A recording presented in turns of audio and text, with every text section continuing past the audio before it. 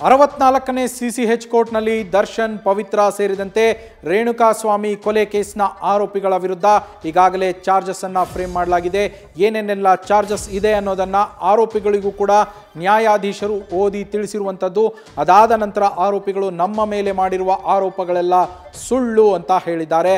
ಈಗ ಸದ್ಯ ನವೆಂಬರ್ 10ನೇ ತಾರೀಕಿಗೆ ವಿಚಾರಣೆಯನ್ನು ಮುಂದೂಡಿ ಸದ್ಯ ಆರೋಪಿಗಳಿಂದ 57ನೇ ಸಿಸಿಎಚ್ ಕೋರ್ಟ್ನ ಹಾಲ್ನಲ್ಲಿ ಕೋರ್ಟ್ನ ಸಿಬ್ಬಂದಿ ಚಾರ್ಜ್ ಫ್ರೇಮ್ ಮಾಡಿರುವಂತಹ ದಾಖಲೆಗಳಿಗೆ ಸಹಿಯನ್ನು ತೆಗೆದುಕೊಳ್ತಾ ಇದ್ದಾರೆ. ಇನ್ನು ಕೆಲವೇ ಹೊತ್ತಲ್ಲಿ ದರ್ಶನ್ ಪವಿತ್ರ ಗೌಡ ಸೇರಿದಂತೆ ಆರೋಪಿಗಳನ್ನು ಮತ್ತೆ ವಾಪಸ್ ಜೈಲಿಗೆ ಕರೆದುಕೊಂಡು ಹೋಗಲಾಗತ್ತೆ. ಆ ಪ್ರಕ್ರಿಯೆಗಳೆಲ್ಲ ಮುಗಿಸಿ ಸಹಿ ಸೇರಿದಂತೆ ಎಲ್ಲ ಪ್ರಕ್ರಿಯೆಗಳನ್ನು ಮುಗಿಸಿದ ನಂತರ ಸದ್ಯ ಚಾರ್ಜ್ ಫ್ರೇಮ್ ದಾಖಲೆಗೆ ಎಲ್ಲ ಆರೋಪಿಗಳಿಂದಲೂ ಕೋರ್ಟ್ ಸಿಬ್ಬಂದಿ ಸಹಿಯನ್ನು ತೆಗೆದುಕೊಳ್ತಾ ಇದ್ದಾರೆ. ಮತ್ತೊಂದು ಕಡೆಗೆ ಪವಿತ್ರ ಗೌಡ ಅವರ ಮಗಳು ಮತ್ತು ಪವಿತ್ರ ಗೌಡ ಅವರ ತಾಯಿ ಪವಿತ್ರ ಗೌಡ ಅವರನ್ನು ನೋಡಬೇಕು ಅಂತ ಕಾಯ್ತಾ ಇದ್ದಾರೆ.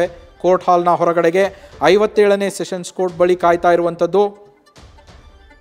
ಕೋರ್ಟ್ ಹಾಲ್ ಬಳಿ ದರ್ಶನ್ ಆಪ್ತರು ಊಟವನ್ನು ಕೂಡ ತೆಗೆದುಕೊಂಡು ಬಂದಿದ್ದಾರೆ ಅನ್ನೋ ಮಾಹಿತಿ ಸಿಗ್ತಾ ಇದೆ.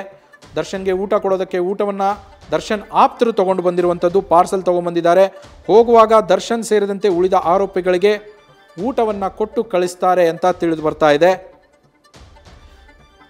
ಸದ್ಯ ಬರ್ತಾ ಇರುವಂತಹ ಮಾಹಿತಿ, ದರ್ಶನ್ರನ್ನ ಕರೆದುಕೊಂಡು ಪೊಲೀಸರು ಹೊರಟಿದ್ದಾರೆ.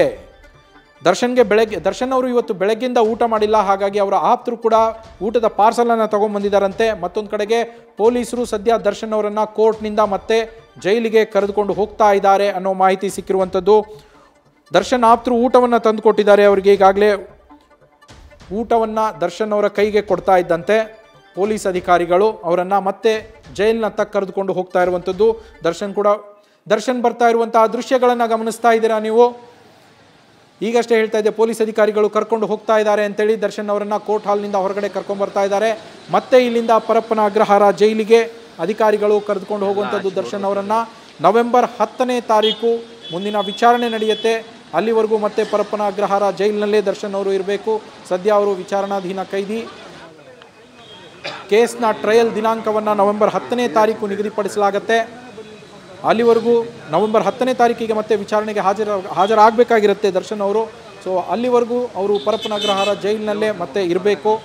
ಹೀಗಾಗಿ ಮತ್ತೆ ಜೈಲು ವಾಹನದಲ್ಲಿ ಆರೋಪಿಗಳನ್ನು ಪೊಲೀಸರು ಪರಪ್ಪನ ಅಗ್ರಹಾರ ಜೈಲಿಗೆ ಕರೆದುಕೊಂಡು ಹೋಗ್ತಾ ಇದ್ದಾರೆ. ದರ್ಶನ್ ಅವರನ್ನು ಕರ್ಕೊಂಡ್ಬರ್ತಾ ಇರುವಂತಹ ದೃಶ್ಯಗಳನ್ನು ತಾವು ಗಮನಿಸ್ತಾ ಇದ್ದೀರಾ. ದೃಶ್ಯದಲ್ಲಿ ದರ್ಶನ್ ಅವರನ್ನು ಕರ್ಕೊಂಡ್ಬಂದು ಪೊಲೀಸ್ ವ್ಯಾನ್ಗೆ ಹತ್ತಿಸಿರುವಂಥದ್ದು.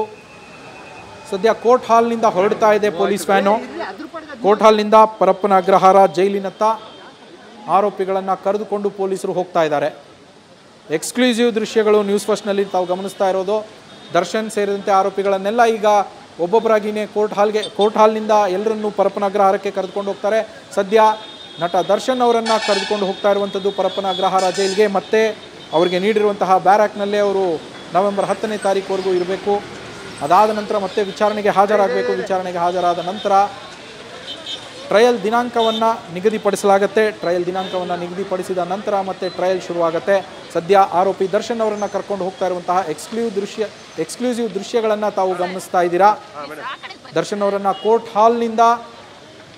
ಆವರಣದಿಂದ ಸದ್ಯ ಪರಪ್ಪನ ಅಗ್ರಹಾರ ಜೈಲಿಗೆ ವಾಪಸ್ ಕರೆದುಕೊಂಡು ಹೋಗಲಾಗ್ತಾ ಇದೆ. ಆಪ್ತರು ಇದೇ ಸಂದರ್ಭದಲ್ಲಿ ಅವರಿಗೆ ಊಟವನ್ನು ಕೂಡ ತಗೊಂಡು ಬಂದು ಕೊಟ್ಟಿರುವಂಥದ್ದು. ಇವತ್ತು ವಿಚಾರಣೆ ಇದ್ದಿದ್ದರಿಂದ ಚಾರ್ಜಸ್ ಫ್ರೇಮ್ ಆಗೋದ್ರಿಂದ ದರ್ಶನ್ ಅವ್ರಿಗೂ ಟೆನ್ಷನ್ ಇತ್ತು ಅನಿಸುತ್ತೆ. ಏನೆಲ್ಲ ಚಾರ್ಜಸ್ ಹಾಕ್ತಾರೆ ನನ್ನ ಮೇಲೆ ಅನ್ನೋದು, ಸೊ ಯಾವ ರೀತಿಯ ಚಾರ್ಜಸ್ ಫ್ರೇಮ್ ಆಗುತ್ತೆ ಅನ್ನೋದು. ಹಾಗಾಗಿ ಅವರು ಬೆಳಗ್ಗೆಯಿಂದ ಏನು ತಿಂದಿರಲಿಲ್ವಂತೆ, ಬೆಳಗ್ಗೆಯಿಂದ ಊಟ ಮಾಡಿರಲಿಲ್ವಂತೆ. ಹೀಗಾಗಿ ಅವರ ಆಪ್ತರು ಪಾರ್ಸೆಲ್ ತೊಗೊಂಡ್ಬಂದು ಊಟವನ್ನು ಅವರಿಗೆ ಕೊಟ್ಟಿರುವಂಥದ್ದು. ಆ ಪಾರ್ಸೆಲ್ ಊಟವನ್ನು ಇಸ್ಕೊಂಡು ದರ್ಶನ್ ಅವರು ಜೈಲಿನ ವಾಹನವನ್ನು ಏನಿದೆ ಆ ವಾಹನವನ್ನು ಹತ್ತಿ ಮತ್ತೆ ಜೈಲಿನತ್ತ ಹೊರಟಿರೋದು.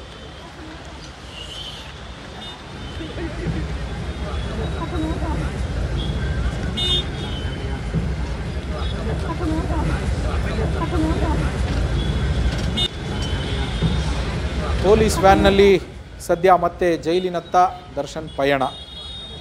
ಜೈಲಿಗೆ ಹೊರಟಿದ್ದಾರೆ ಕೋರ್ಟ್ನಿಂದ. ಚಾರ್ಜಸ್ ಫ್ರೇಮ್ ಆಗಿದೆ. ಚಾರ್ಜಸ್ ಫ್ರೇಮ್ ಆದ ನಂತರ ಕೋರ್ಟ್ ಸಿಬ್ಬಂದಿ ದರ್ಶನ್ ಅವರಿಂದ ಹಾಗೆ ಎಲ್ಲ ಆರೋಪಿಗಳಿಂದ ಅವರ ವಿರುದ್ಧ ದಾಖಲಾಗಿರುವಂಥ ಅವರ ವಿರುದ್ಧ ಫ್ರೇಮ್ ಮಾಡಿರುವಂತಹ ಚಾರ್ಜಸ್ನ ದಾಖಲೆಗಳೇನಿದ್ದಾವೆ ಆ ದಾಖಲೆಗಳಿಗೆ ಸಹಿಯನ್ನು ತಗೊಂಡಿದ್ದಾರೆ. ಸಹಿ ತೆಗೆದುಕೊಂಡ ನಂತರ ಎಲ್ಲ ಆರೋಪಿಗಳನ್ನು ಮತ್ತೆ ವಾಪಸ್ ಜೈಲಿಗೆ ಕರೆದುಕೊಂಡು ಹೋಗಲಾಗ್ತಾ ಇದೆ. ಕೆಲವರು ಬೇಲ್ ಮೇಲಿದ್ದಾರೆ, ಅವರನ್ನು ಹೊರತುಪಡಿಸಿ ಬಾಕಿ ಜೈಲಿನಲ್ಲಿ ಇರುವಂತಹ ಎಲ್ಲ ಆರೋಪಿಗಳನ್ನು ಮತ್ತೆ ಪರಪ್ಪನ ಅಗ್ರಹಾರ ಜೈಲಿಗೆ ಕರೆದುಕೊಂಡು ಹೋಗಲಾಗ್ತಾ ಇದೆ.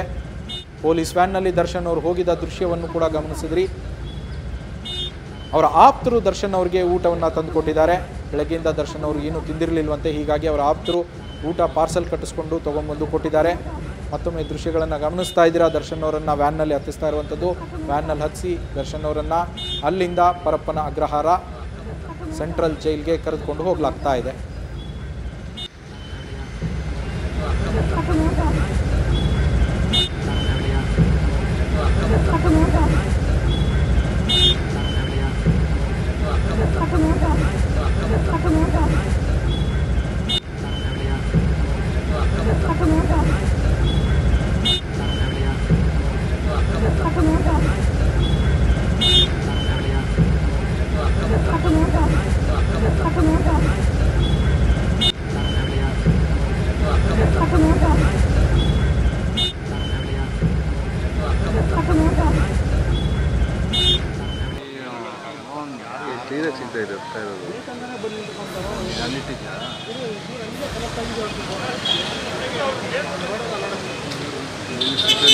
ದೇವರ ಸಿನಿಮಾ ತರನೇ ಕಾಣಿಸ್ತಿದೆ.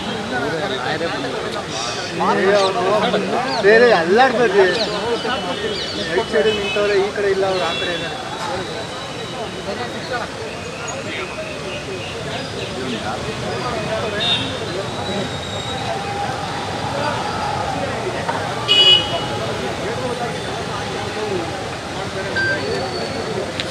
ಯಾರು ಗಾಡಿ ಹತ್ತಿರಕ್ಕೆ ಬರೋ ಗಂಟೆ ಯಾರು ಮೂವ್ ಆಗಬೇಡ್ರಿ, ಸುಮ್ಮನೆ ಹಂಗೆ ಎಲ್ಲ.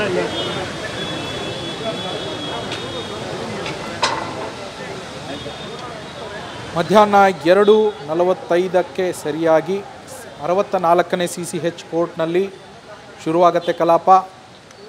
ಮೊದಲಿಗೆ ಹೆಚ್ಚಿನ ಡೀಟೇಲ್ಸ್ ನಮ್ಮ ಪ್ರತಿನಿಧಿ ಸಂದೇಶ್ ನೀಡ್ತಾ ಹೋಗ್ತಾರೆ. ಸಂದೇಶ್, ಈಗಾಗಲೇ ಟ್ರಯಲ್ ದಿನಾಂಕವನ್ನು ನಿಗದಿಪಡಿಸೋದಕ್ಕೆ ನವೆಂಬರ್ 10ನೇ ತಾರೀಕಿಗೆ ವಿಚಾರಣೆಯ ಮುಂದೂಡಲಾಗಿದೆ. ಚಾರ್ಜಸ್ ಫ್ರೇಮ್ ಆಗಿದೆ. ಈಗ ಆರೋಪಿಗಳನ್ನು ವಾಪಸ್ ಜೈಲಿನತ್ತ ಕರ್ಕೊಂಡು ಹೋಗ್ತಾ ಇರೋದು. ಈ ನವೆಂಬರ್ 10ನೇ ತಾರೀಕು ನಡೆಯುವಂತಹ ಸಂದರ್ಭದಲ್ಲಿ ವಿಚಾರಣೆ, ಟ್ರಯಲ್ ದಿನಾಂಕ ನಿಗದಿಪಡಿಸುವ ಪ್ರಕ್ರಿಯೆ ಹೇಗಿರುತ್ತೆ ಸಂದೇಶ್?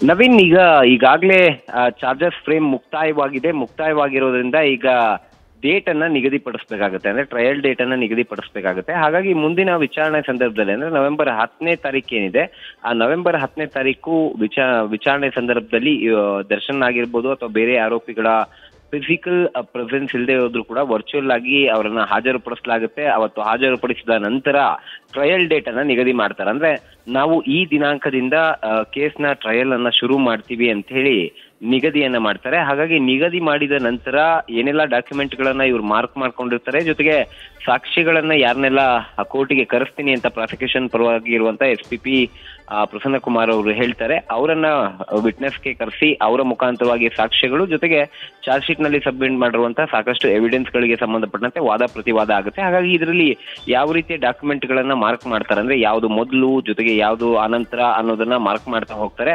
ಅದರ ಬೇಸಿಸ್ ಮೇಲೆ ಒಬ್ಬೊಬ್ಬರನ್ನಾಗಿ ಸಾಕ್ಷ್ಯಗಳನ್ನ ಕರೆಸಿ ಇಲ್ಲಿ ಸಾಕ್ಷ್ಯಗಳನ್ನ ಕೇಳ್ತಾರೆ, ಜೊತೆಗೆ ಎವಿಡೆನ್ಸ್ಗೆ ಸಂಬಂಧಪಟ್ಟಂತೆ ವಾದ ಪ್ರತಿವಾದಗಳು ಕೂಡ ಆಗ್ತಾ ಹೋಗ್ತವೆ. ಆ ಒಂದು ಡಾಕ್ಯುಮೆಂಟ್ ಮಾರ್ಕಿಂಗ್ ಅನ್ನ SPP ಡಾಕ್ಯುಮೆಂಟ್ ಮಾರ್ಕಿಂಗ್ ಅನ್ನ ಮಾಡ್ತಾರೆ. ಮಾರ್ಕಿಂಗ್ ಮಾಡಿದ ನಂತರ ಇದಕ್ಕೆ ಸಂಬಂಧಪಟ್ಟಂತಹ ವಾದ ಪ್ರತಿವಾದಗಳು ಕೂಡ ಆಗ್ತಾ ಹೋಗ್ತವೆ. ಹಾಗಾಗಿ ಈಗ ಚಾರ್ಜ್ ಫ್ರೇಮ್ ಮುಕ್ತಾಯ ಆಗಿರೋದ್ರಿಂದ ಮುಂದಿನ ದಿನಾಂಕದಲ್ಲಿ ಅಂದ್ರೆ ನವೆಂಬರ್ 10ನೇ ತಾರೀಕು ಟ್ರಯಲ್ ಡೇಟ್ ಅನ್ನ ಫಿಕ್ಸ್ ಮಾಡ್ತಾರೆ. ಅದಾದ ನಂತರ ವಾದ ಪ್ರತಿವಾದಗಳು ಆಗ್ತಾ ಹೋಗ್ತವೆ.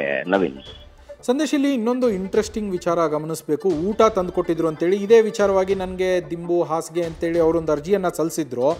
ಈಗ ಇಲ್ಲಿ ಕೋರ್ಟ್ ಹತ್ರ ಬಂದವಾಗ ಅವ್ರಿಗೆ ಊಟವನ್ನು ತಂದುಕೊಟ್ಟಿದ್ದಾರೆ ದರ್ಶನ್ ಆಪ್ತರು ಅಂತ ಮಾಹಿತಿ ಸಿಗ್ತಾ ಇರುವಂಥದ್ದು. ಇದಕ್ಕೆ ಅವಕಾಶ ಇದೆಯಾ? ಹಾಗೆ ಪವಿತ್ರ ಗೌಡ ಅವರನ್ನು ಭೇಟಿ ಮಾಡಬೇಕು ಅಂತೇಳಿ ಮಗಳು ತಾಯಿ ಕಾಯ್ತಾ ಇದ್ರು, ಅವರ ಮೀಟಿಂಗ್ ಆಯ್ತಾ ಹೇಗೆ ಸಂದೇಶ್?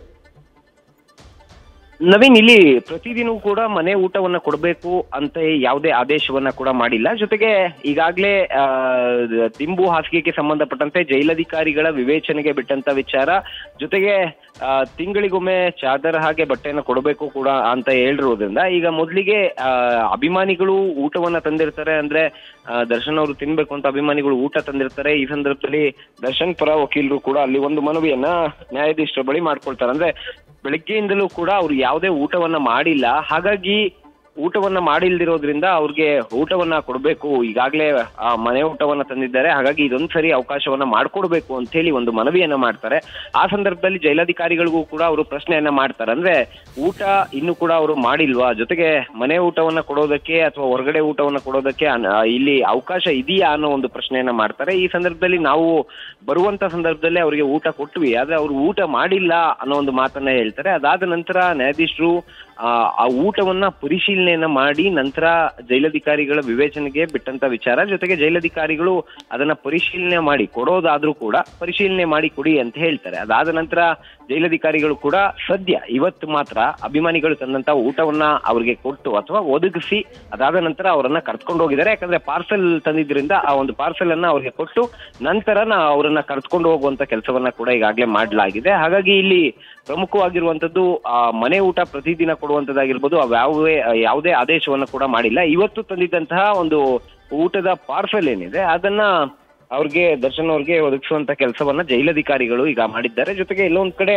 ದರ್ಶನ್ ಅವರು ಬಂದಂತ ಸಂದರ್ಭದಲ್ಲೂ ಕೂಡ ಕೋರ್ಟ್ ಅನ್ನ ಅವರ ಪುಂಡ ಅಭಿಮಾನಿಗಳು, ಅಂದ್ರೆ ಕೆಲ ಪುಂಡ ಅಭಿಮಾನಿಗಳು ಯಾರಿದ್ರು ಅವರು ಕೂಡ ಕೋರ್ಟ್ ಅನ್ನ ಅಡ್ಡೆಯನ್ನಾಗಿ ಮಾಡ್ಕೊಂಡಿದ್ರು. ಯಾಕಂದ್ರೆ ಅಲ್ಲಿ ದರ್ಶನ್ ಅವರು ಹೋಗುವಂತ ಸಂದರ್ಭದಲ್ಲಿ ಕೋರ್ಟ್ ಹಾಲ್ ಒಳಗಡೆ ಅಥವಾ ಕೋರ್ಟ್ ನ ಪ್ರಿಮಿಸಿಸ್ ನ ಒಳಗಡೆ ಅವರು ಡಿ ಬಾಸ್ ಅಂತ ಕೂಗಾಟವನ್ನ ಮಾಡಿದ್ದು ಅಥವಾ ಕೂಗುವಂತ ಕೆಲಸವನ್ನ ಮಾಡಿ ಎಲ್ಲೊಂದ್ ಕಡೆ ಪುಂಡಾಟಿಕೆ ಮಾಡಿದ್ರು ಅಂತಾನೆ ಹೇಳ್ಬೋದು. ಹಾಗಾಗಿ ಈಗ ಸದ್ಯ ಅವರು ಎಲ್ಲಾ ಪ್ರಕ್ರಿಯೆಗಳು ಕೂಡ ಮುಕ್ತಾಯವಾದಂತ ಹಿನ್ನೆಲೆಯಲ್ಲಿ ಅವರನ್ನ ಈಗ ಸದ್ಯ ಕೋರ್ಟ್ನಿಂದ ಜೈಲಿನತ್ತ ಕರೆದುಕೊಂಡು ಹೋಗ್ತಾ ಇದ್ದಾರೆ. ನವೀನ್, ಥ್ಯಾಂಕ್ ಯು ಸಂದೇಶ್ ಡೀಟೇಲ್ಸ್ಗೆ. ನ್ಯೂಸ್ ಫಸ್ಟ್ ನಿರ್ಭೀತಿಯಿಂದ ನಿಮ್ಮ ಪರವಾಗಿ.